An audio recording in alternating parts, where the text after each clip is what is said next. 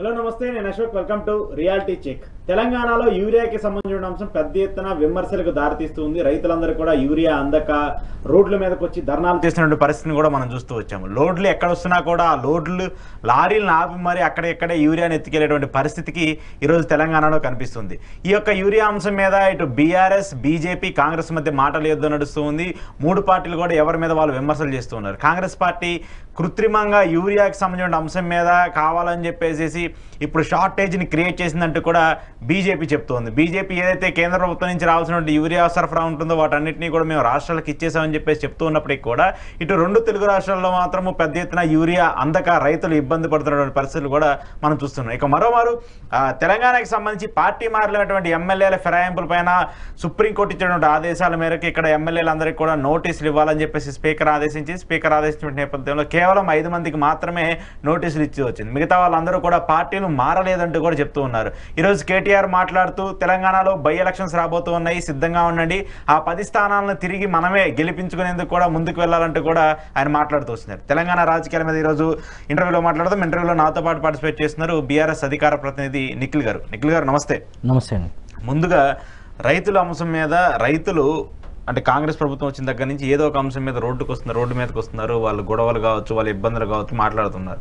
ఇప్పుడు పంటలు సాగు చేసే ప్రక్రియ జరుగుతుంది. ఈ టైంలో యూరియా ఎంతో ఇంపార్టెంట్. అలాంటిది యూరియా దొరక్క రైతులందరూ రోడ్ల మీదకి వచ్చి గొడవలు చేయాల్సిన పరిస్థితి ఎందుకు వచ్చింది?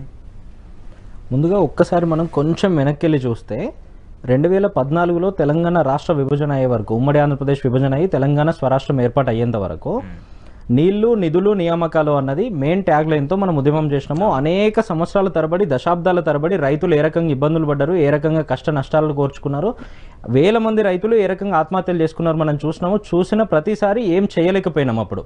ఎందుకంటే పాలకులు మన వాళ్ళు కాదు కాబట్టి. మన దగ్గర కలెక్ట్ చేస్తున్న ట్యాక్స్ మొత్తం కూడా ఆంధ్ర ప్రాంతంలో ఖర్చు పెడుతున్నారన్నాము. ఇక్కడ నీళ్లు, నిధులు, నియామకాలు అన్ని దోపిడీ జరుగుతున్నాయని అనేక రకాలు ఉద్యమం చేసినాము. ఫైనల్గా రాష్ట్రాన్ని సాధించుకున్నాం. సాధించుకున్న తర్వాత ఏమైందంటే 2014 నుండి 2023 డిసెంబర్ వరకు కేసీఆర్ గారి నాయకత్వంలో కేసీఆర్ గారు స్వయంగా రైతుగా ఉన్నాడు కాబట్టి రైతు పడుతున్న ప్రతి కష్టం, నష్టం విలువ తనకు తెలుసు. స్వయంగా తను సాగు చేస్తూ ఉంటారు. ఈ రోజుకు 74-75 సంవత్సరాల వయసు వచ్చినా కూడా స్వయంగా వ్యవసాయం చేస్తూ ఉంటారు. కాబట్టి రైతు పడే ప్రతి ఇబ్బందిని గమనించి అన్ని రంగాల్లో రైతును అప్లిఫ్ట్ చేయాలన్న ఉద్దేశంతో అనేక సంక్షేమ కార్యక్రమాలు తీసుకున్నారు. ఒక రకంగా దేశం మొత్తం నివ్వరపోయే విధంగా ఆలోచనలు చేశారు. రైతు బంధు అనేది రాష్ట్ర ప్రభుత్వమే డైరెక్ట్గా రైతు అకౌంట్లో డబ్బులు వేసి ఈ డబ్బులతో మీరు పెట్టుబడి పెట్టి పంటలు సాగు చేయండి అని చెప్పే ఒక బృహత్తరమైన కార్యక్రమం తీసుకొని యావత్ దేశమే నివ్వెరపోయింది. ఈరోజు మొత్తం దేశం అటువంటి కార్యక్రమాలను కాపీ కొట్టి అటువైపు కేంద్ర ప్రభుత్వం కానీ మిగతా అనేక రాష్ట్ర ప్రభుత్వాలు కానీ దాన్ని ఇంప్లిమెంట్ చేసే పరిస్థితికి వచ్చింది. చెయ్యక తప్పని పరిస్థితి కూడా క్రియేట్ అయిన సిచ్యువేషన్స్ ఉన్నాయి. ఇన్ని జరిగి రైతును దేశంలోనే నెంబర్ 1గా తీర్చిదిద్దే విధంగా కేసీఆర్ గారి నాయకత్వం పనిచేస్తే ఈరోజు రేవంత్ రెడ్డి గారు అధికారంలోకి వచ్చిన తర్వాత కాంగ్రెస్ పార్టీ నాయకత్వంలో ఈ 20 నెలలకు సంబంధించి చూస్తే ఎక్కడ చూసినా రైతు ఆత్మహత్యలే కనబడతా ఉన్నాయి. మనకు ఎక్కడ చూసినా రైతులు ఇబ్బందులు పడమే కనబడతా ఉన్నాయి. రైతుకు పెట్టుబడి సాయం ఇచ్చే పరిస్థితి లేదు. రైతు బీమాకి ఈ రోజు వరకు కూడా 750 కోట్ల రూపాయల ప్రీమియం కట్టిన పరిస్థితి లేదు. రైతుకు సంబంధించి కనీసం పంటలు పండిన తర్వాత ఏమన్నా కొనుగోలు చేసే పరిస్థితి ఉందా అంటే అది లేదు. కొనుగోలు చేసిన దానికి వీళ్ళే ఎలక్షన్లో హామీ ఇచ్చినట్టుగా 500 రూపాయలు బోనస్ ఇస్తామన్నారు. బోనస్ ఇస్తామని అధికారంలోకి వచ్చిన తర్వాత ఏం చెప్పిండ్రు? కేవలం సన్నవాట్లకే అని మళ్ళొక తిరకాసు పెట్టిండ్రు. పోనీ అదన్నా ఇంప్లిమెంట్ చేసినరా అంటే కూడా తూతూ మంత్రంగా 20-30% మందికి కూడా ఇచ్చిన పరిస్థితి లేదు. రైతు రుణమాఫీ అన్నారు, రుణమాఫీ మొత్తం పక్కన పోయిన పరిస్థితి చూసినాము. ఇట్లా ఏ రకంగా చూసినా రైతును ఇబ్బంది పెడతానే ఉన్నారు. ఆల్రెడీ పంటలు వేయడం అయిపోయింది. పంటలు వేసిన తర్వాత సరిగ్గా యూరియా వేసే సమయంలో ఇప్పుడు యూరియా సప్లై చేసే సిచ్యువేషన్ వచ్చినప్పుడు యూరియా సప్లై విషయంలో అనేక రకాల ఇబ్బందులు పెడతా ఉన్నారు రైతులను. 50, 60, 70 సంవత్సరాల వయసున్న రైతులు కూడా ఒక రకంగా బయట వర్షాలు పడతా ఉంటాయి. ఇంత పీక్ వర్షాకాలంలో కూడా స్వయంగా PSCS కేంద్రాల ముందట యూరియా ఎక్కడైతే సప్లై చేస్తామో ఆ సప్లై చేసే ఆఫీసుల ముందట పడుకుంటున్నారు. అర్ధరాత్రి వచ్చి కూడా బ్లాంకెట్లు తెచ్చుకొని అక్కడనే పడుకుంటున్న పరిస్థితులు చూస్తూ ఉన్నాము. ఆడ మగ అనే తేడా లేకుండా 60, 70 ఏళ్ళ వయసున్న ఆడవాళ్ళు కూడా వచ్చి పడుకుంటున్న పరిస్థితులు చూస్తూ ఉన్నాము. చెప్పులు మొత్తం లైన్లో పెడతా ఉన్నారు. గతంలో 2014కు ముందు ఏ రకంగా అయితే కాంగ్రెస్ నాయకత్వంలో కాంగ్రెస్ ప్రభుత్వంలో చెప్పులు లైన్లో పెట్టే పరిస్థితి ఉండేనో దాన్ని మొత్తం రూపుమాపే విధంగా కేసీఆర్ గారు పనిచేస్తే స్వయంగా అన్ని ఫెసిలిటీస్ కూడా రైతు వాకిట్లోకి పోయే విధంగా కేసీఆర్ గారి నాయకత్వం ఏర్పాట్లు చేస్తే కేవలం కేసీఆర్ గారు అధికారం నుండి పక్కకు జరిగిన కేవలం 10-15 నెలల కాలంలో 20 నెలల కాలంలోనే ఇంతటి దౌర్భాగ్యమైన పరిస్థితులు ఎందుకు క్రియేట్ చేసిండ్రు మీరు? కేవలం రైతును ఇబ్బంది పెట్టాలన్నది వీళ్ళ ప్రభుత్వ ఎజెండాగా కనబడతా ఉంది. ఎంతసేపు వీళ్ళకి కావాల్సిన పనుల మీద ఫోకస్ చేస్తున్నారు తప్పితే రైతులకు సంబంధించిన విషయాల్లో ఇంటెన్షనల్ గానే ఇబ్బంది పెడుతున్నట్టుగా కనబడతా ఉంది. మీరు ఒకసారి గమనిస్తే ఇదే కొంచెం వెనక్కి వెళ్ళి చూస్తే కరోనా టైంలో దేశం మొత్తం ఇబ్బందులు పడుతున్న సమయంలో 2019-20 టైంలో కేసీఆర్ గారు ఏం చేసిండంటే అప్పుడు సేమ్ ఇదే విధంగా యూరియాకి సంబంధించి కొంచెం ఇబ్బంది అయ్యే పరిస్థితి ఉండే. ఇమ్మీడియట్ గా కేసీఆర్ గారు కేంద్ర ప్రభుత్వం దగ్గరికి పోయి స్వయంగా ప్రధానమంత్రి గారికి మిగతా వాళ్ళందరికీ రిప్రజెంటేషన్లు ఇచ్చి కృష్ణపట్నం పోర్టు కానీ బందర్ పోర్టులో కానీ ఉంటే నాకు గుర్తున్నంత వరకు అప్పుడు జూలై టైంలోనే కేసీఆర్ గారు స్వయంగా పోయి అక్కడ నుండి సివిల్ సప్లై సంబంధించిన మినిస్టర్స్తో మాట్లాడి యూరియా మొత్తం ఇక్కడ తెప్పించే ప్రయత్నం చేసిండ్రు. స్వయంగా రైతులకు ఎక్కడికక్కడ అందుబాటులో పెట్టే ప్రయత్నం చేసిండ్రు. 25 స్పెషల్ గూడ్స్ ట్రైన్స్ పెట్టి మొత్తం యూరియా తెప్పించిండ్రు. 4000 లారీలలో స్పెషల్గా తెప్పించి ఏ మండలానికి ఆ మండలం డిస్ట్రిబ్యూట్ చేసిండ్రు. రాష్ట్రం దేశం మొత్తం స్తంభించిపోయిన పరిస్థితిలో కూడా ఆ రకంగా కేసీఆర్ గారు ఏర్పాటు చేస్తే ఈరోజు అన్ని ఫెసిలిటీస్ బాగానే ఉండి రాష్ట్రంలో ఇంత ఫండ్ ఉండి అటువైపు కేంద్రం కూడా వీళ్ళకి సహకారం చేస్తానే ఉంటే ఇన్ని చేస్తున్నా కూడా మీరు ఎందుకు సప్లై చేయలేకపోతా ఉన్నారు? సప్లై చేయకపోగా దాన్ని డైవర్ట్ చేయడానికి ఏం చెప్తా ఉన్నారు? ఇంటెన్షనల్గా కేటీఆర్ గారే వీటన్నిటికీ కారణమవుతా ఉన్నారు. కేటీఆర్ గారే యూరియా సప్లైలో ఇబ్బందులు క్రియేట్ చేస్తున్నారని చెప్తా ఉన్నారు. ప్రభుత్వం నడుపుతుంది నువ్వు, పోలీసు ఉన్నది నీ దగ్గర, విజిలెన్స్ ఉన్నది నీ దగ్గర, అన్ని సంస్థలు పనిచేసేది నీ దగ్గర. నువ్వు కేటీఆర్ గారిని ఏ రకంగా బదనాం చేస్తా ఉన్నావు? తలకు తోకకు అసలు వీళ్ళకు ఎటువంటి ఆలోచన లేకుండా కనీసం సిగ్గుపడతారు, సిగ్గు అనేది కూడా లేకుండా జనాలు నవ్వుకుంటారనే ఆలోచన కూడా లేకుండా మాట్లాడుతూ ఉన్నారు. పొన్నం ప్రభాకర్ గారు ఏం చెప్తా ఉన్నారు? కేటీఆర్ గారే ఇది మొత్తం క్రియేట్ చేస్తా ఉన్నారని చెప్తా ఉన్నారు. తుమ్మల నాగేశ్వరరావు గారు స్వయంగా వ్యవసాయ శాఖ మంత్రి ఏం చెప్తా ఉన్నారు? ఆ చెప్పులు లైన్లో పెట్టిన వాళ్ళు అసలు రైతులే కాదు అని చెప్తా ఉన్నారు. మీరు ఇటువంటి పిచ్చి వ్యాఖ్యలు చేస్తే రైతులు ఏదైతే చెప్పులు లైన్లో పెట్టినరో మీరు రేపు పొద్దున ఎన్నికలని ఓట్లు అడగడానికి వాళ్ళ దగ్గరికి పోతే కనుక అవే చెప్పులు తీసి మీ మెడలో వేసి ఊరేగించే పరిస్థితులు వస్తే చాలా జాగ్రత్తగా ఉండాల్సిన అవసరం ఉంటుంది. రాష్ట్రంలో ఇంత పెద్ద సెగ్మెంట్ రైతు సెగ్మెంట్ని గత ప్రభుత్వం కంటికి రెప్పలాగా కాపాడుకుంటే మీరు వచ్చిన తర్వాతనే ఈ ఇబ్బందులు ఎందుకు వస్తూ ఉన్నాయి? కేటీఆర్ గారు ఏదో చేస్తున్నారు అని మీరు చెప్తున్నట్టుగా అది యూరియా ఏమన్నా తినే వస్తువా? అది కేటీఆర్ గారు తింటారు అన్నట్టు. లేదంటే కేటీఆర్ గారు దాచుకుంటే ఇవాళ 2 సంచులు దాచుకుంటే రేపు పొద్దుగలటికి 4 సంచులు అయ్యే అవకాశం ఉంటుందా? కేటీఆర్ గారికి ఏం అవసరం ఉంటుంది దాంట్లో? ఇటువంటి పిచ్చి ప్రయత్నాలు, పిచ్చి వ్యాఖ్యలు మాత్రమే చేస్తూ కేవలం డైవర్షన్ పాలిటిక్స్లో భాగంగానే ఇటువంటివన్నీ చేస్తూ ఉన్నారు. ఇదెవరో వాళ్ళ పార్టీకి సంబంధించిన తెలియని కార్యకర్తలు ఎవరో చేస్తూ ఉన్నారు అంటే ఒక ఆలోచన ఉంటుంది, దానికి ఒక పద్ధతి ఉంటుంది. స్వయంగా మంత్రులు చెప్తా ఉన్నారు, ముఖ్యమంత్రి అదే విషయం చెప్తా ఉన్నాడు. కొంచెం కూడా రాష్ట్ర ప్రజలు నవ్వుకుంటారన్న సిగ్గు కూడా లేదు వీళ్ళకు. రేపు పొద్దున లోకల్ బాడీస్కి సంబంధించిన ఎలక్షన్లు వచ్చే పరిస్థితులు ఉన్నాయి. ఖచ్చితంగా మీరు ఏవైతే ఇటువంటి పిచ్చి వ్యాఖ్యలు చేసి రైతులందరినీ ఇబ్బందులు పెడతా ఉన్నారో ఎలక్షన్లో ఖచ్చితంగా దీనికి సంబంధించిన బుద్ధి చెప్పడానికి రైతు సెగ్మెంట్ కానీ రాష్ట్రంలో ఉన్న మిగతా అన్ని వర్గాలు ఎదురు చూస్తున్న పరిస్థితులు ఉన్నాయి ఈరోజు. ఓకే యూరియా అయితే రైతులు అయితే చాలా ఇబ్బంది పడుతున్న పరిస్థితి కనిపిస్తుంది దీనికి సంబంధించి. ఇంకోటి మెయిన్ బర్నింగ్ టాపిక్ ఏంటంటే ఇప్పుడు తెలంగాణలో రైతుల టాపిక్ ఎంత ఇంపార్టెంట్గా నడుస్తుందో ఈ 2 పార్టీల మధ్య పార్టీ మారినటువంటి ఎమ్మెల్యేల వ్యవహారం ఒక పెద్ద రచ్చగా మారింది. వాళ్ళు పార్టీ మారి 6 months 7 months ఒక 1 year వరకు అయిపోతున్నా కూడా ఆ చర్చ అవుతుంది. ఇప్పుడేమో స్పీకర్ నోటీసులు ఇచ్చారు, కొంతమందికి ఇచ్చారు, ఇంకొంతమందికి ఇవ్వలేదు. వాళ్ళేమో ఇంకా బీఆర్ఎస్లో ఉన్నామని చెప్పేసి చెప్తున్నారు. ఏంటి ఈరోజు కేటీఆర్ గారు ఏమో తెలంగాణలో మళ్ళీ ఉప ఎన్నికలు వస్తే మళ్ళీ ఆ 10 స్థానాన్ని మనమే గెలవాలని చెప్పేసి ఆయన కామెంట్ చేస్తున్నారు. ఏంటి అసలు దాని పరిస్థితి? రేపు పొద్దున ఎక్కడ బై ఎలక్షన్ వచ్చినా కూడా నిన్న మా కేటీఆర్ గారు చెప్పినట్టుగా అవి కాంగ్రెస్కి బై చెప్పే ఎలక్షన్లు మాత్రమే అనేది చాలా స్పష్టంగా తెలుస్తూ ఉంది. కారు గుర్తు మీద గెలిచినటువంటి 10 మంది ఎమ్మెల్యేలు నిస్సిగ్గుగా పార్టీ మారిన తర్వాత నిన్నగాక మొన్న కడియం శ్రీహరి గారు ఏం మాట్లాడుతూ ఉన్నారు మనం చూస్తూ ఉన్నాము. ఇప్పటి వరకేమో మొన్నటి వరకు ఎవరైనా మీడియా మిత్రులు అడిగితే ఏ పార్టీలో ఉండాలనో ఆ పార్టీలోనే ఉన్నా అని చెప్తా ఉన్నారు. అంటే తను ఏ పార్టీలో ఉన్నారు కూడా చెప్పుకునే పరిస్థితి లేదు. ఇటువైపు షేర్లింగంపల్లికి సంబంధించి చూస్తే అరికపూడి గాంధీ గారు అదే ప్రయత్నం చేసే విధంగా తను మాట్లాడుతూ ఉన్నారు. స్వయంగా ప్రతిపక్షంలోనే ఉన్నా, నేను బీఆర్ఎస్లోనే ఉన్నా అని పిఎస్సికి సంబంధించిన పదవులు అనుభవిస్తూ ఉన్నారు ఈరోజు. అటువైపు కృష్ణమోహన్ రెడ్డి గారు చూస్తూ ఉంటే గద్వాలకు సంబంధించిన శాసనసభ్యులు తను అదే విధంగా మాట్లాడుతూ ఉన్నారు, నేను ఇంకా బీఆర్ఎస్లోనే ఉన్నా అని. మీరు ఏదైతే ఇటువంటి వ్యాఖ్యలు చేస్తూ ఉన్నారో కాంగ్రెస్ పార్టీలోకి పోయిన తర్వాత అక్కడ వాళ్ళు మిమ్మల్ని పట్టించుకున్న పరిస్థితి లేదు. ఇటువైపు బీఆర్ఎస్కి తిరిగి వస్తామన్నా తీసుకునే పరిస్థితి బీఆర్ఎస్లో ఖచ్చితంగా ఉండదు. మీకు ఎవరైతే ఓట్లు వేసి మిమ్మల్ని గెలిపించి ఈరోజు చట్టసభకు పంపించారో, అసెంబ్లీలో కూర్చోబెట్టినరో ఆ ప్రజల గొంతు కోసే విధంగా కేవలం మీకు సంబంధించిన కాంట్రాక్టులు, కమిషన్ల కోసం మాత్రమే మీరు ఈరోజు పార్టీ మారినట్టుగా చాలా స్పష్టంగా తెలుస్తూ ఉంది. మీరు ఒక్కసారి తెలంగాణ మీరే చెప్తా ఉన్నారు కదా మేము బీఆర్ఎస్లోనే ఉన్నామని. మీరు నిజంగా బీఆర్ఎస్లో ఉన్నామన్న ఆలోచన మీకు ఎక్కడ 1% ఉన్నా కూడా ఒక్కసారి బీఆర్ఎస్ తెలంగాణ భవన్కి చేశారండి మీరు? మా కార్యకర్తలంతా సిద్ధంగా ఉన్నారు ఈరోజు మీకు బడిత పూజ చేయడానికి. మీరు వస్తే ఏం చేస్తారు, ఎట్లా రిసీవ్ చేసుకుంటారు, స్వాగత తోరణాలు ఏ రకంగా పలుకుతారు, స్వాగతాలు ఎన్ని వేల మంది వచ్చి చెప్తారో చాలా స్పష్టంగా తెలుస్తుంది. కొంచెం కూడా సిగ్గు లేకుండా. అటువైపు ఏమో కాంగ్రెస్ పార్టీ వాళ్ళు ఏం చెప్తా ఉన్నారు, వీళ్ళు మా పార్టీలో అఫీషియల్గా జాయిన్ కాలేదు అని చెప్తా ఉన్నారు. ఎంత సిగ్గు లేకుండా మాట్లాడతారంటే, బీఆర్ఎస్ పార్టీకి సంబంధించి కారు గుర్తు మీద ఖైరతాబాద్ నుండి దానం నాగేందర్ గారు స్పష్టంగా గెలిచే అసెంబ్లీకి పోయినరు. అసెంబ్లీలో బీఆర్ఎస్ తరపునే ప్రమాణ స్వీకారం చేసిండ్రు బీఆర్ఎస్ కండువా వేసుకొని. తర్వాత ఏమైంది, 4-5 నెలలకు సంబంధించి పార్లమెంట్ ఎన్నికలు వస్తే ఇటువైపు శాసనసభ్యత్వానికి రాజీనామా చేయకుండా ఒకవైపు కాంగ్రెస్ పార్టీకి మారి మళ్ళీ కాంగ్రెస్ పార్టీకి సంబంధించిన చెయ్యి గుర్తు మీద పార్లమెంటుకు పోటీ చేసిండ్రు. బీఫామ్ ఇచ్చేటోడు కన్నా సిగ్గుండాలి కదా కొంచెమన్నా, ఏ రకంగా ఇస్తాము ఏంది అనేది. ఇదే వీళ్ళ అగ్రనాయకుడు రాహుల్ గాంధీ గారు ఏం చెప్తా ఉంటారు, మహబ్బత్కి దుకాన్ అంటారు, పొద్దున్న లేస్తే రాజ్యాంగం చేతిలో పట్టుకొని తిరుగుతూ ఉంటారు. పక్క రాష్ట్రాల్లో ఎక్కడన్నా వీళ్ళు ఎమ్మెల్యేలని ఒక్కరిద్దరిని ఏదన్నా అధికార పార్టీ వాళ్ళు తీసుకుంటేనేమో గాయ చేస్తూ ఉంటారు, దేశమంతా దాన్ని పట్టుకొని తిరుగుతూ ఉంటారు. మరి తెలంగాణలో ఇదే రేవంత్ రెడ్డి గారి నాయకత్వంలో మీ కాంగ్రెస్ పార్టీ చేస్తున్నది ఏంది ఈరోజు? అంటే రాహుల్ కాంగ్రెస్ వేరు, రేవంత్ కాంగ్రెస్ వేరు అనేది చాలా స్పష్టంగా తెలుస్తూ ఉంది. ఇవన్నీ కేవలం రేవంత్ రెడ్డి గారి నిర్ణయాలే అనేది తెలుస్తూ ఉంది. నిన్నగాక మొన్న వాళ్ళ అడ్వైజరీ కౌన్సిల్ కూర్చున్నట్టుగా వార్తలు వచ్చినాయి.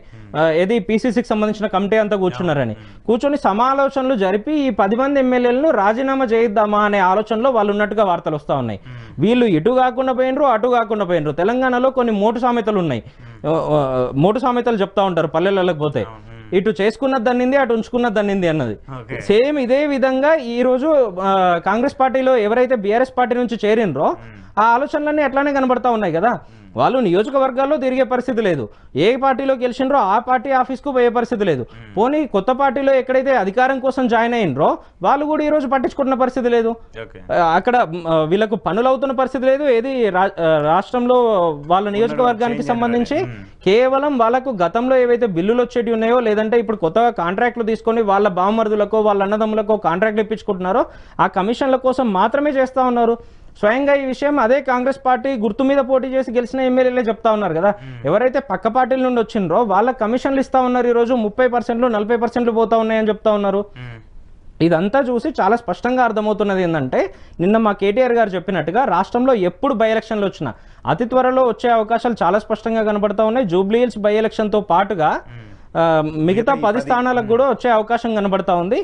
సో ఎప్పుడు ఎలక్షన్లు వచ్చినా కూడా నిన్న కేటీఆర్ గారు చాలా స్పష్టంగా చెప్పిన విధంగా అది బై ఎలక్షన్ మాత్రమే కాదు, కాంగ్రెస్కు బై చెప్పే ఎలక్షన్ అనేది రాష్ట్ర ప్రజలంతా ఈరోజు ఎదురు చూస్తూ ఉన్నారు. ఇప్పటికైనా ఇటువంటి ఆలోచనలు మానుకొని ఎవరైతే ఏ పార్టీ గుర్తు మీద గెలిచిండ్రో ఆ పార్టీలోనే కొనసాగే విధంగా అటు కేంద్రంలో కానీ ఇటు రాష్ట్రంలో కానీ చట్టాలను మరింత స్ట్రిక్ట్ చేయాల్సిన అవసరం ఉంది. సుప్రీంకోర్టు కూడా చాలా స్పష్టంగా చెప్పింది, స్పీకర్ గారు మీరు నిర్ణయం తీసుకోవాలి అని.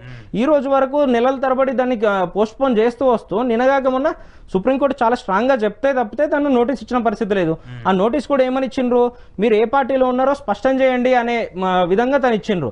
అంటే నిజంగానే పార్టీ మారినమని ఆ మారిన ఎమ్మెల్యేలే స్పష్టంగా చెప్తా ఉంటే, పబ్లిక్ డొమైన్లో సమావేశాల్లో చెప్తా ఉంటే ఇప్పటికి కూడా వాళ్ళ మీద యాక్షన్ తీసుకుంటున్న పరిస్థితి లేదు.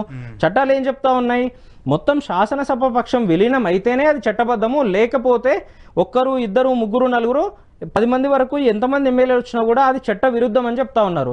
అంటే అది మీ కళ్ళకు కనబడతలేదా ఈ 20 రోజుల నుండి? ఇంటెన్షనల్ గా మీరు సంతలో పశువులను కొన్నట్టుగా కొన్న విషయం చాలా చాలా స్పష్టంగా తెలుస్తా ఉంది. ఇక్కడ మరొకటి గమనిస్తే వీళ్ళందరికీ కండువాలు కప్పింది ఎవరండి? పక్క పార్టీ అధికార పార్టీలోకి పోతే ఇదే ముఖ్యమంత్రి గారు కదా. ఈ ముఖ్యమంత్రి గారు ఎవరైతే కండువాలు కప్పిండ్రో ఇమ్మీడియట్ గా తన మీద కూడా యాక్షన్ తీసుకోవాల్సిన అవసరం ఉంది.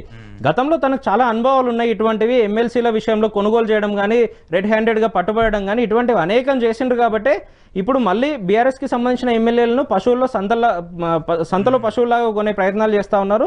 ఖచ్చితంగా మీరు కొనాల్సిన వాళ్ళందరూ పోయే వాళ్ళు ఎవరైతే ఉన్నారో వాళ్ళందరూ అమ్ముడు పోయినరు. ఇప్పుడు ఒక్కరు కూడా బీఆర్ఎస్ పార్టీ నుంచి కదిలే పరిస్థితి లేదు. స్వయంగా మీ దగ్గరకు వచ్చిన 10 మంది మళ్ళీ రిటర్న్ రావడానికి అనేక మందితో రాయబారాలు పంపుతా ఉన్నారు. ఈ రోజు మాకు ఒక్కరిని కూడా తీసుకునే పరిస్థితి లేదని చాలా స్పష్టంగా కరాఖండిగా ఈ రోజు మా కేటీఆర్ గారు చెప్తా ఉన్నారు. అస్సలే తీసుకునే సమస్య లేదు మాకు. ఒక్కొక్క నియోజకవర్గంలో ఇప్పటికే 7-8 మంది అభ్యర్థులు వెయిట్ చేస్తా ఉన్నారు. చాలా సీనియర్ లీడర్స్, చాలా మళ్ళీ మీరు ఒక్కరు కూడా గెలిచే పరిస్థితి లేదు. మళ్ళీ అక్కడ ఉన్న మా కార్యకర్తలందరూ నిన్నగాక మొన్న మీరు చూసిండ్రు, గువ్వల బాల బాలరాజు గారు మాజీ ఎమ్మెల్యే పోతేనే అక్కడ ఉన్న కార్యకర్తలు ఏ రకంగా రియాక్ట్ అయినరో, మీరు పోతే అసలు ఫరక్ కూడా పడదని ఒక్కరంటే ఒక్క నాయకుడు కూడా తను ఎంబడపోయిన పరిస్థితి లేదు. ఈ విషయాన్ని మీరు నేనో చెప్పడం కాదు, ఆ రోజు జాయినింగ్ ప్రోగ్రామ్ కి చీఫ్ గెస్ట్ గా ఉన్నటువంటి భారతీయ జనతా పార్టీ రాష్ట్ర అధ్యక్షుడే చెప్పిండ్రు, మీరు కనీసం 100 మందితో వస్తేనే మేము ప్రోగ్రామ్ చేస్తాము అని. అంటే 100 మంది కూడా నీతో పనిచేస్తున్న పరిస్థితి లేదు, నీ ఎంబడొస్తున్న పరిస్థితి లేదు. దీన్ని బట్టే చాలా స్పష్టంగా తెలుస్తుంది రాష్ట్రంలో ఉన్నటువంటి కార్యకర్తలు కానీ ప్రజలు కానీ బీఆర్ఎస్ పార్టీ వెంబడే చాలా స్పష్టంగా ఉన్నట్టు. రానున్న రోజుల్లో బీఆర్ఎస్ అధికారంలోకి వస్తుంది కాబట్టి బీఆర్ఎస్ని మరింత స్ట్రెంథెన్ చేసే విధంగా మా కార్యకర్తలు కానీ రాష్ట్ర ప్రజలంతా కానీ ఈరోజు వెయిట్ చూస్తున్న పరిస్థితి చాలా చాలా స్పష్టంగా తెలుస్తూ ఉంది. ఓకే, మీరు చెప్తున్నట్టు పోయిన వాళ్ళందరూ చాలా పెద్ద పెద్ద సీనియర్ నాయకులు, కేసీఆర్ గారికి కేటీఆర్ గారికి అత్యంత సన్నిహితంగా ఉన్నటువంటి వ్యక్తులు. మరి వాళ్ళందరినీ తీసుకున్నట్టు మరి రేపు ఇక్కడ ఆ నియోజకవర్గాల్లో మళ్ళీ క్యాడర్ని డెవలప్ అయ్యే పరిస్థితి ఉంటుందా? ఖచ్చితంగా ఉంటుంది. ఇప్పుడు లీడర్లు మాత్రమే పోయినరు, ఆ ఎమ్మెల్యేలు మాత్రమే పోయినరు, కానీ వాళ్ళు ఎంబడ క్యాడర్ పోతున్న పరిస్థితి మనం ఎక్కడ చూడలేదు ఇప్పటి వరకు. జనరల్గా జాయినింగ్ ప్రోగ్రామ్ అంటే వందలాది మందితో వేలాది మందితో. ఈరోజు మా పార్టీలో ఆర్మూర్కి సంబంధించి వేరే విజయక్రాంతి గారు ఎవరో జాయిన్ అయినట్టున్నారు. దాదాపుగా 700-800 మంది వచ్చి జాయిన్ అయినరు. జస్ట్ ఆమె ఒక లీడర్ కూడా కాదు, ఇంతకుముందు ఎక్కడో డివిజన్లో కార్పొరేటర్గా పోటీ చేసినట్టున్నారు. ఆమె జాయినింగ్కి ఈరోజు దాదాపుగా 1000 మంది వచ్చిండ్రు. మా తెలంగాణ భవన్ మొత్తం కిక్కిరిసిపోయిన పరిస్థితి ఉంది. ఈరోజు ఎటువైపు చూసినా కూడా 3-4 కిలోమీటర్ల మేర మొత్తం ట్రాఫిక్ జామ్ అయింది. దాదాపుగా ఇప్పుడు అక్కడ నుండి మీ ఛానల్ రావడానికి నాకు 1.5 గంటల సమయం పడిన పరిస్థితి కేవలం 2 కిలోమీటర్లకి. ఆ రకంగా ఈరోజు పరిస్థితులు ఉన్నాయి. ఖచ్చితంగా రాష్ట్రంలో ఏ సమస్య వచ్చినా, ఎవరికి ఏ ఇబ్బంది వచ్చినా అధికార పార్టీ దగ్గరికి పోకుండా ప్రతిపక్షంలో ఉన్నా కూడా మా దగ్గరికే వస్తూ ఉన్నారు, మాతోనే మాట్లాడుతూ ఉన్నారు, మమ్మల్నే వాళ్లకు సపోర్ట్ చేయాలని కోరుతా ఉన్నారు. దీన్ని బట్టే చాలా చాలా స్పష్టంగా అర్థం చేసుకోవచ్చు రాష్ట్రంలో ఎక్కడ ఏ ఎలక్షన్ వచ్చినా కూడా బీఆర్ఎస్ పార్టీని స్ట్రెంథెన్ చేయడానికి రాష్ట్రంలో సబ్బండ వర్గాలు కూడా ఎదురు చూస్తున్న పరిస్థితులు ఉన్నాయి. గతంలో ఇదే కాంగ్రెస్ పార్టీ ఎన్ని రకాలుగా ఏ వర్గాన్ని ఇబ్బంది పెట్టినా కూడా ఒక్కరు కూడా భయపడ్డ పరిస్థితి లేదు. లగచర్ల దగ్గర మొదలు పెడితే మీరు నిండు గర్భిణి జ్యోతి తను ఏ రకంగా ఇబ్బందులు పడుతూ 8 నెలల గర్భిణిగా ఉన్నప్పుడు కూడా తను చాలా స్పష్టంగా మా తెలంగాణ భవన్కి వచ్చింది, ఇక్కడ నుండి మా సాయంతో ఢిల్లీ వరకు పోయి కొట్లాడింది కదా. ఆ రకంగా తెలంగాణలో ఎవ్వరూ భయపడే పరిస్థితి ఉండదు. ఎప్పుడు ఎలక్షన్లు వచ్చినా కూడా గత 10 సంవత్సరాల్లో ఏ రకంగా అయితే కేసీఆర్ గారు ప్రతి ఇంట్లో పెద్ద కొడుకుగా లేదంటే పెద్దన్నగా అందరినీ ఏ రకంగా కడుపులో పెట్టుకుని కాపాడుకున్నారో ఖచ్చితంగా ఆ రోజులు మళ్ళీ తీసుకురావడానికి సబ్బండ వర్గాలు రాష్ట్రంలో ఎదురు చూస్తూ ఉన్నాయి. ఈరోజు సీఎం గారు ఓయూకి వెళ్ళారు. ఓయూకి వెళ్ళి అక్కడ కొన్ని భవనాలను, హాస్టల్స్ వాటిని రీఓపెన్ చేశారు. కేటీఆర్ గారు ఏమో ఇందాక మాట్లాడుతూ మన హయాంలో మనం డబ్బులు ఇచ్చి మనం కట్టిందానికి ఈరోజు పెయింట్ వేసి రేవంత్ రెడ్డి ఓపెన్ చేస్తున్నాడు, అక్కడ విద్యార్థులతో కనీసం కూర్చొని కలిసి మాట్లాడే పరిస్థితి కూడా లేదని చెప్పేసి మాట్లాడుతుంది. అంటే ఓయూ విద్యార్థులను చూసి సీఎం రేవంత్ రెడ్డి గారు భయపడుతున్నారా? రేవంత్ రెడ్డి గారు అక్కడికి వెళ్తే ఓయూ విద్యార్థులు ఏదో గొడవ చేస్తారని చెప్పేసి అనుకుంటున్నారా? అయితే మీరు మంచి ప్రశ్న అడిగినారు. 10 కోట్లకు సంబంధించిన భవనాలని తన స్పీచ్లో తనే చెప్తా ఉన్నారు. భవనాల ఓపెనింగ్కి అంటే ఆ భవనం కట్టడానికి అయిన ఖర్చు 10 కోట్లు అయితే జస్ట్ తను పోతా ఉంటే ఎవరైనా విద్యార్థులు దాడి చేస్తారేమో, ఎలక్షన్లో ఇచ్చిన హామీలు అమలు చేయలేదు కాబట్టి తిరగబడే పరిస్థితి ఉంటుందని అక్కడ మొత్తం ఆ షీట్లు కానీ జాలీలు కానీ అవన్నీ పెట్టుకొని పోలీస్ ప్రొటెక్షన్కి ఆ పెట్టిన ఇన్స్టాలేషన్ మొత్తానికి అయిన ఖర్చు దాదాపు 2-3 కోట్లు అయ్యే అవసరం ఉంటుంది. మీరు చేసేదే 10 కోట్ల భవనానికి సంబంధించిన ఇనాగ్రేషన్ అయితే 2-3 కోట్లు కేవలం సెక్యూరిటీ ఖర్చు పెట్టిండ్రు. ఈ రోజు అక్కడ చాలా చాలా స్పష్టంగా తెలుస్తూ ఉంది కదా. అంతెందుకు భయపడతా ఉన్నారు? గతంలో కేసీఆర్ గారికి సంబంధించిన ప్రగతి భవన్ ముందు కేసీఆర్ గారు ముఖ్యమంత్రిగా ఉన్నప్పుడు రాష్ట్ర ముఖ్యమంత్రి అధికారిక నివాసం ప్రగతి భవన్ ముందు గ్రిల్స్ ఉంటేనే దొర గడి ముందున్న కంచెలన్నీ బద్దలు కొట్టినా అని చెప్పినావు అప్పుడు అనేక సార్లు చెప్పినావు. అటువంటి నువ్వు ఈరోజు అదే కంచెలు పెట్టుకుని ఉస్మానియా యూనివర్సిటీకి పోయే అవసరం ఎందుకు వచ్చింది నీకు?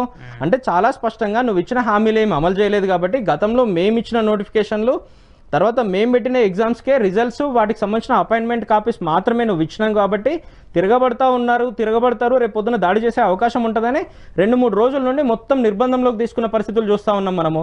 ఈరోజు పోతూ కూడా భయంగా అక్కడ మాట్లాడుతున్న పరిస్థితులు చూసినాం మనము. మొత్తం మాట్లాడిన తర్వాత ఏం చెప్తా ఉన్నారు? నెక్స్ట్ నేను ఎప్పుడు ఉస్మానియా యూనివర్సిటీకి వచ్చినా కూడా మొత్తం ఉస్మానియా యూనివర్సిటీ లోపల ఒక్క పోలీసు కూడా ఉండకూడదు అని చెప్తా ఉన్నారు. అది చెప్తున్నటువంటి మీరు ఈ రోజు పోలీసుల పహారాల్లోనే ఎందుకు పోయినా? మరి ఈ రోజు కూడా ఒక్క పోలీసును పెట్టుకోకుండా పోయే పరిస్థితి ఎందుకు లేదు నీకు? ఆ ధైర్యం ఎందుకు రాలేదు? అక్కడికి పోయి అనేక విషయాలు చెప్తా ఉన్నావు. మేము పేదోళ్ళము, కేసీఆర్ గారి లాగా దొరలం కాదు, పెద్దోళ్ళం కాదు మేము అని చెప్తా ఉన్నావు. గతంలో నువ్వే ఏం మాట్లాడినావు? ముఖ్యమంత్రి హోదాలో ఉండి ఇంత నీచంగా ఇంత అబద్ధాలు మాట్లాడుతూ ఉంటావా? గతంలో ప్రతిపక్షంలో ఉండి నువ్వు చెప్పిన విషయాలు ఏంది? మా తాత పోలీస్ పటేలు వేలాది ఎకరాలకు భూస్వాములం మేము అని చెప్పినావు. ఈరోజు పేదోన్ని అని యాక్టింగ్ చేస్తూ ఉన్నావు. అంటే అదేందో ఆస్కార్ అవార్డు ఉంటుంది కదా, అది ఈయనకు భాస్కర్ అవార్డు ఇవ్వాల్సిన అవసరం ఉంది. ఆస్కార్ అవార్డు లాంటిది మొన్న ఎప్పుడో ఢిల్లీలో చెప్తా ఉన్నారు కదా, సోనియా గాంధీ గారు నాకు ఈ పేపర్ ఇస్తే ఇది నాకు ఆస్కార్ అవార్డు లాగా అని. ఆస్కార్ అవార్డు కాదు, నీకు ఇవ్వాల్సింది భాస్కర్ అవార్డు. ఇటువంటి మంచి మంచి పర్ఫార్మెన్స్లు ఇస్తా ఉన్నావు, మంచి మంచి యాక్టింగ్లు చేస్తా ఉన్నావు కాబట్టి అనేక విషయాలు మాట్లాడుతూ ఉన్నారు. కేటీఆర్ ఏదో చేసిండు, కేసీఆర్ ఏదో చేసిండు, మేము హైడ్రాన్ తెస్తే వాళ్ళు వద్దన్నారు అని. హైడ్రా తెచ్చి నువ్వు ఎవరికి కూలగొట్టినవి? ఈరోజు పేదలవే కదా కూలగొట్టినవి. నువ్వే ఏం చెప్తా ఉన్నావు? మేము హైడ్రాన్ తెచ్చిన పర్పసే హిమాయత్ సాగర్, గండిపేట చుట్టుపక్కల ఉన్న ఫామ్ హౌజులు కూల్చడానికి ఏవైతే ఆక్యుపై చేసిండ్రో అని చెప్తా ఉన్నావు. మీ పార్టీకి సంబంధించిన పొంగులేటి శ్రీనివాస్ రెడ్డి గారు ఎక్కడ ఉన్నారు ఈరోజు? ఆ పరిసరాల్లోనే కదా తన ఇల్లు ఉన్నది. ఆ ఇల్లు గేట్ నన్న ముట్టుకున్నావా నువ్వు ఈ రోజు వరకు? నీ హైడ్రా టచ్ చేసిందా ఆ గేట్ నన్న? కేవీపీ గారు ఉన్నారు, కేవీపీ గారు గేటును టచ్ చేసే ధైర్యం నీకు ఎందుకు లేదు? అట్లా మీ పార్టీకి సంబంధించి అనేక మంది కీలక నాయకులు ఉన్నారు. వాళ్ళు ఎవరిని టచ్ చేయకుండా కేవలం రెక్కాడితే కానీ డొక్కాడకుండా ఎవరైతే ప్రజలు ఉన్నారో, లేదంటే ఎవరైతే రూపాయి పోగు చేసుకుని ఇల్లు కట్టుకోవడమో 10-20 లక్షలు డౌన్ పేమెంట్ చేసి మిగతాదంతా లోన్లు తెచ్చుకొని ఈఎంఐలు కడుతూ జీవనం గడుపుతా ఉన్నారో వాళ్ళవి మాత్రమే కూల్చినావు నువ్వు. పెద్దోళ్ళ దగ్గరికి పోయే పరిస్థితి ఎందుకు లేదు? స్వయంగా మీ అన్న తిరుపతి రెడ్డిది కాదు కదా దుర్గం చెరువు పక్కన ఉన్న ఇల్లు, ఈ రోజు వరకు ముట్టే పరిస్థితి ఎందుకు లేదు? ఆ ధైర్యం ఎందుకు చేయలేకపోతా ఉన్నావు? మీ అన్నదైతే ఒక లెక్క, పెద్దలదైతే ఒక లెక్క, పేదోళ్ళదైతే ఒక లెక్క. పేదోళ్ళని ఎట్లా ఇబ్బంది పెట్టాలనేది మాత్రమే మీ ఆలోచన చాలా స్పష్టంగా తెలుస్తా ఉంది. 6 గ్యారంటీల కార్డు అని చెప్పి ఎలక్షన్లకు పోయినావు. ఇటువంటి కార్డులు రాష్ట్రం మొత్తం పంచినావు కదా. ఈ కార్డులలో ఒక్కటన్నా అమలు చేసిన పరిస్థితి ఉందా? తూతూ మంత్రంగా ఆర్టీసీలో మహిళలకు ఫ్రీ బస్సు తప్పితే మిగతా 13 గ్యారంటీల్లో ఒక్కటన్నా అమలు చేసిన పరిస్థితి ఉందా? ఈ రోజుకు ఒక్కదాని మీద డిబేట్కి వచ్చే ఆలోచన ఉందా వాళ్ళకు? నిన్నగాకమున ఉద్యోగాలకు సంబంధించి ఏవేవో పిచ్చి పిచ్చి మాటలన్నీ చెప్తా ఉన్నావు. స్వయంగా మీ ప్రభుత్వంలో ఎమ్మెల్సీగా ఉన్నటువంటి అద్దంకి దయాకర్ గారు మన చిక్కడపల్లి లైబ్రరీకి పోతే ఏం చేసిండు నిరుద్యోగులు మొన్న? అదే విధంగా నువ్వు ఎక్కడ కనబడ్డా కూడా కర్రు కాల్చి నీకు వాతలు పెట్టడానికి నీ వీపన్న నీ భాషలో చెప్పాలంటే నీ వీపంతా వాతలు పెట్టడానికి ఈ రోజు నిరుద్యోగులంతా సిద్ధంగా ఉన్నారు. నువ్వు ఎటువంటి పిచ్చి మాటలు చెప్పి ఈ రోజు ప్రభుత్వంలోకి వచ్చినావో, అధికారంలో కూర్చున్నావో వాటన్నిట్లను పటాపంచలు చేసే విధంగా ఈ 20 నెలల్లో పాలకు పాలు నీళ్ళకు నీళ్ళు అనేది చాలా చాలా స్పష్టంగా తెలిసింది. నువ్వు రేపు పొద్దున కూడా రానున్న 3 సంవత్సరాల కాల పరిమితిలో చేసేదేమి ఉండదు. నీ వల్ల ఏం కాదు. అక్కడ ఢిల్లీలో నేను నమ్మేవాళ్ళు లేరు, ఇక్కడ రాష్ట్రంలో నేను నమ్మేవాళ్ళు లేరు అనేది చాలా చాలా స్పష్టంగా మేము చెప్పడం మాత్రమే కాకుండా రాష్ట్ర ప్రజలు గ్రహించడం మాత్రమే కాకుండా నీ ఎమ్మెల్యేలే చెప్తా ఉన్నారు. నిన్నగాక మొన్న కదా మీ రాజగోపాల్ రెడ్డి గారు 20-25 మంది ఎమ్మెల్యేలతో కలిసి ఓ మీటింగ్ పెట్టింది. మీ ఎమ్మెల్యేలు నిన్నగాక మొన్న కదా అనిరుద్ రెడ్డి గారు మిగతా వాళ్ళు కలిసి ఫామ్ హౌస్ లో కూర్చొని సమావేశాలు చేసింది. ఇన్ని చేస్తా ఉంటే మీరేం చెప్తా ఉన్నారు? ఏదో గప్పాలు కొట్టడం తప్పితే ఏదో పిచ్చి పిచ్చి వ్యాఖ్యలు చేయడము, ఎంతసేపు నోరేసుకొని కేసీఆర్ గారి మీద మాట్లాడడము, కేటీఆర్ గారి మీద మాట్లాడడము. గతంలో కేసీఆర్ గారు ఏ కుర్చీలో అయితే కూర్చున్నారో ముఖ్యమంత్రిగా, అదే కుర్చీలో నేను కూర్చున్నంత మాత్రాన ఆయనంత డోడు అవుతావని నువ్వు అనుకుంటున్నావు. కానీ నీ జీవితంలో కూడా కేసీఆర్ గారి దరిదాపుల్లోకి కూడా నువ్వు పోల్చుకోకు. ఆయన స్థాయి వేరు, ఆయన లెక్క వేరు. ఏదైతే సభలో ఉమ్మడి ఆంధ్రప్రదేశ్ ఉన్నప్పుడు ఏదైతే చట్టసభలో తెలంగాణ అనే పదాన్ని నిషేధం చేసిండ్రో అదే చట్టసభను తెలంగాణ శాసనసభగా మార్చినటువంటి ఒక గొప్ప యోధుడు కేసీఆర్ గారు. అటువంటి వ్యక్తికి నీకు పోలికేంది? ఆయన ఉద్యమం చేస్తా ఉంటే ఉద్యమకారుల మీదకి రైఫిల్స్ పట్టుకొని పోయిన వ్యక్తివి కదా నువ్వు. ఈ రోజు నువ్వు వచ్చి ఆయన తిడతా ఉన్నావు. కేసీఆర్ గారికి రాష్ట్రంలో మొత్తం జాగ్రఫీ అంతా తెలుసు ఆయనకి. రాష్ట్రంలో ఎక్కడి నుంచి నీళ్ళు వస్తాయి, ఎక్కడి నుంచి డబ్బులు వస్తాయి, ఆ డబ్బులను ఎట్లా తీసుకురావాలి, రాష్ట్రాన్ని ఎట్లా డెవలప్ చేయాలి, ఎక్కడ ఏ ఇన్వెస్ట్మెంట్ చేస్తే, ఏ కంపెనీని తీసుకొస్తే మన పిల్లలకు ఉద్యోగాలు వస్తాయి అనే విధంగా కేసీఆర్ గారు ఆలోచన చేసిండ్రు. నువ్వేం ఆలోచన చేస్తా ఉన్నావు? మీ అన్నకు ఏ రోడ్లు కాంట్రాక్టులు మీ అన్నకు దోచిపెట్టాలి, మీ తమ్ముడు కొండలరెడ్డి గారికి ఎక్కడ కాంట్రాక్టులు ఇప్పియాలి, ఏ భూములను తీసుకొచ్చి మీ అల్లుడికి ఇప్పియాలి, ఎక్కడ ఏ కంపెనీకి ఏ కాంట్రాక్టులు ఇస్తా ఉంటే మీ జేబుల్లోకి డబ్బులు ఏమొస్తా ఉంటే దీని మీద నీ ఆలోచనలు కొనసాగుతూ ఉన్నాయి. ఈ 20 నెలలకు సంబంధించి ఒక్క ప్రాజెక్ట్ అన్న నువ్వు ఇనిషియేషన్ తీసుకున్నది ఉందా? ఎంతసేపు అది కూల్చడము, ఇది కూల్చడము, లేదంటే ఉన్న వాటిని గాలికి వదిలేయడము. సిగ్గు లేకుండా చెప్తా ఉన్నారు. ఈరోజు మేము అధికారంలోకి వచ్చిన తర్వాత శాంతి భద్రతల విషయంలో, లా అండ్ ఆర్డర్ విషయంలో తెలంగాణ పోలీస్ దేశంలోనే నెంబర్ 1 అయింది అని చెప్తా ఉన్నావు. దేంట్లో నెంబర్ 1 అయింది? నిన్నగాక మొన్న మూసాపేటలో చూసినాం, గంజాయి బ్యాచ్ వచ్చి రోడ్ల మీద తిరుగుతున్న వాళ్ళ మీద దాడి చేసిండ్రు. రాష్ట్రంలో ఎక్కడ చూసినా గంజాయి దొరుకుతా ఉంది, ఎక్కడికక్కడ హత్యలు జరుగుతూ ఉన్నాయి, ఎక్కడికక్కడ మానభంగాలు జరుగుతూ ఉన్నాయి. ఇన్ని జరుగుతూ ఉంటే నీ లా అండ్ ఆర్డర్ ఏం చేస్తూ ఉంది? కేవలం మీలాగా నాలాగా జర్నలిస్టులు కానీ లేదంటే రాజకీయంలో ప్రతిపక్షంలో ఉన్న వాళ్ళు కానీ ఎవరైనా మాట్లాడుతూ ఉంటే వాళ్ళ మీద కేసులు పెట్టాలి, వాళ్ళ గొంతు నొక్కాలి, వాళ్ళని తీసుకుపోయి జైళ్ళలో నిర్బంధం చేయాలి. ఇవి తప్పితే మీరు చేసింది ఏముంది? ప్రజాపాలన అని చెప్పినావు, ఇందిరమ్మ పాలన అన్నావు, ఆనాటి రోజులు తెస్తా అన్నావు. ఆనాటి రోజులు ఏమున్నాయి? చెప్పులు లైన్లో పెట్టి యూరియా కోసం నిలబడే రోజులు ఉన్నాయి. అవే రోజులు తెచ్చినవి. ఈ రోజు నువ్వు చెప్పినవి ఆల్రెడీ తీసుకొచ్చినావు. ప్రజలే ఇంకొక రకంగా అనుకున్నారు. ఏదో స్వేచ్ఛ తీసుకొస్తావు, ఇంకేదో చేస్తావు, కేసీఆర్ గారు గొప్పగా ఇంకేదో ఆలోచన చేస్తావు అనుకున్నారు. కానీ మొత్తంగా ఉమ్మడి రాష్ట్రంలో ఏదైతే ఉందో అంతకన్నా దరిద్రపు రోజులు తీసుకొచ్చినావు అనేది చాలా చాలా స్పష్టంగా కనబడతా ఉంది. ఎక్కడికక్కడ నువ్వు కనీసం నువ్వు కానీ నీ మంత్రులు కానీ ఈ రోజు రోడ్ల మీదకి పోతే కానీ లేదంటే గ్రామాల్లో తిరిగే పరిస్థితే లేదు. అసలు గ్రామాల్లోకి పోతే ఆ లైన్లలో పెట్టిన చెప్పులు తీసుకొని మీ నాయకులను తరిమి కొట్టే పరిస్థితి ఉంది. ఈరోజు ఖచ్చితంగా ఇప్పటికైనా ఆలోచన చేసి పంటలకు ఈ సరైన సమయంలో యూరియా ఇవ్వకపోతే మొత్తం పంటలు రేపు పొద్దున నాశనం అయ్యే పరిస్థితి ఉంటుంది, రైతులంతా రోడ్డు మీద పడే పరిస్థితి ఉంటుంది. కాబట్టి ఇప్పటికైనా నీ మూర్ఖపు ఆలోచనలు, నీ పిచ్చి ప్రేలాపనలు ఇవన్నీ పక్కన పెట్టి రైతులు నిజంగా ఏదైతే ఇబ్బంది పడతా ఉన్నారో ఆ యూరియా సప్లై చేయండి. ఆ రైతులకు సంబంధించిన పెట్టుబడి సాయం పూర్తిగా ఇవ్వండి. రైతులకు సంబంధించి ఇంకేమన్నా వాటర్కి సంబంధించిన ఇష్యూలు ఉంటే ఇవ్వండి. కాళేశ్వరానికి సంబంధించి ఏం చెప్పినావు, మొత్తం కూలిపోయిందని చెప్పినావు కదా. కూలిపోయిన కాళేశ్వరంలో పంపులు ఏ రకంగా ఆన్ చేస్తూ ఉన్నావు? గత వారం 10 రోజుల నుండి చూస్తూ ఉన్నాం కదా. నందిమేడారం దగ్గర మొదలు పెడితే, గాయత్రి పంప్ హౌస్ దగ్గర మొదలు పెడితే, ఎల్లంపల్లి దగ్గర మొదలు పెడితే, మిడ్ మానేర్, అనంతసాగర్, మన అనంతగిరి తర్వాత రంగనాయక సాగర్, మల్లన్న సాగర్, కొండపోచమ్మ అన్నీ ఆన్ చేసినావు కదా. కొట్టుకుపోయిన కాళేశ్వరం పంపులు ఏ రకంగా ఆన్ చేసినావు? కొట్టుకుపోయింది పంపులు కాదు, నీ మైండ్లో చిప్పు పోయింది. ఆ చిప్పు పోయింది కాబట్టి ఈ రకంగా తయారవుతా ఉన్నావు. రాష్ట్రానికి ఒక్క కంపెనీ వచ్చిన పరిస్థితి ఉందా? నిన్న మొన్న చెప్తా ఉన్నాడు వాళ్ళ పిసిసి అధ్యక్షుడు. ఏం చెప్తా ఉన్నాడంటే, అమెరికా పోయి మా నాయకుడు, మా రేవంత్ రెడ్డి గారు, మా ముఖ్యమంత్రి గారు 1,80,000 కోట్ల పెట్టుబడులు తెచ్చిండు అని చెప్తా ఉన్నారు. నేను నిజంగానే ఏం తెచ్చిండో చూద్దామని ఈ రోజుకు ఒక్క వార్త కూడా మనం అఫీషియల్గా విన్న పరిస్థితి లేదు. ఫలానా కంపెనీ వచ్చింది, ఫలానా ఇన్వెస్ట్మెంట్ పెట్టింది, ఫలానా భూమి పూజ చేసిండ్రు అనేది ఎక్కడ విన్న పరిస్థితి నాకైతే కనబడలే. రాజకీయాల్లో ఇంత యాక్టివ్గా ఉన్నా కూడా నేను నిజంగానే ఏం చేసిండని వాళ్ళ వెబ్సైట్కి పోయి చూసిన. ఆనంద్ పిండిగిర్ని వీళ్ళు తీసుకొచ్చింది ఇది, మన షబ్బీర్ మెకానిక్ షాపు, ఇవి వీళ్ళు తీసుకొచ్చింది. గవర్నమెంట్ అఫీషియల్ వెబ్సైట్లో ఉన్నాయి ఇవి. ఇన్వెస్ట్మెంట్స్ కి సంబంధించి, ఇండస్ట్రీస్ కి సంబంధించిన అఫీషియల్ వెబ్సైట్లో ఇవి తీసుకొచ్చిండ్రు వీళ్ళు. కొంచెమన్నా సిగ్గు ఉండాలనే, ఏమన్నా మెకానిక్ షాప్లో పిండి గిర్నీలా మీరు తెచ్చేది. గతంలో కేటీఆర్ గారు ఏం తీసుకొచ్చిండ్రు? ఒక అమెజాన్, ఒక గూగుల్, ఒక ఇన్ఫోసిస్, వాటికి సంబంధించిన పెద్ద పెద్ద క్యాంపస్లన్నీ ఇక్కడ పెట్టే విధంగా తీసుకొచ్చిండ్రు. గతంలో ఏ కంపెనీ వచ్చినా కూడా భారతదేశంలో పెట్టాలన్న ఆలోచన చేస్తే చాలు, వాళ్ళ మొదటి ఆలోచనే హైదరాబాద్ ఉండేది.